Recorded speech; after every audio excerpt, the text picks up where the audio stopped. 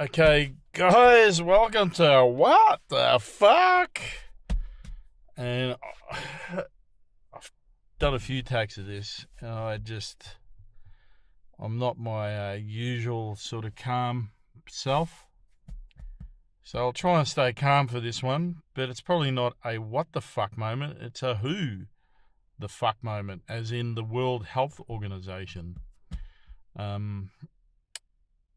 I got a lot of ridicule 2 years ago when I said a lot of this leads back to the World Health Organization and how their directives are the same as what we are copying here, as in inconclusive and unavailable, are marked down as positive, etc. A whole lot of stuff.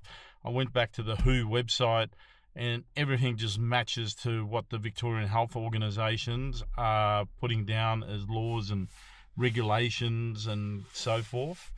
But I'll play this clip by beautiful Prime Minister Scott Morrison, who's been missing a lot in action in regards to when we've been calling out for help with when Daniel Andrews has gone off on his dictatorship, and who's just ignored us and said, oh, well, it's not my job.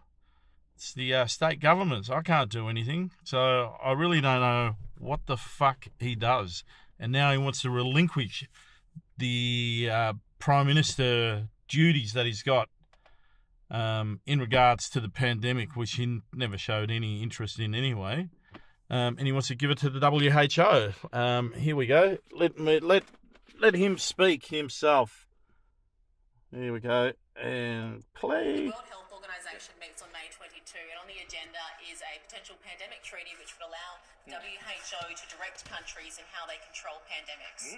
Would you consider signing up to that and handing over any controls to the organisation? I have always been supportive right from the outset. Oh, of course I would. I want to give all the powers over to the WHO. Mocked, in fact, by the Labor Party. Mocked? So you should be fucking mocked. Should have those powers and those authorities to be able to go and deal with pandemic situations, because we all know what happened at the start of this pandemic. No, we don't. Well, the problem is we don't know. Oh, we don't. At the start of this pandemic, and I was the one calling to ensure that we had an independent process to understand what happened so it couldn't be repeated. So I have been in the vanguard of those. He's been in the vanguard. So he now knows what's going on. So he's put in place things to make sure it doesn't happen again. So why the fuck are we handing it over to the WHO if he's fucking put in place a vanguard to figure out what happened and went wrong in the first place?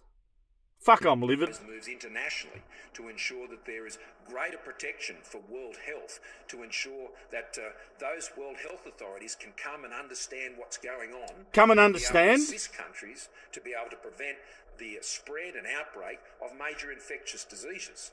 Now, we'll look at the text of all of that, but we have been amongst the countries that have been positive about these sorts of changes. Have to look close. I can't listen to the Muppet anymore, guys. All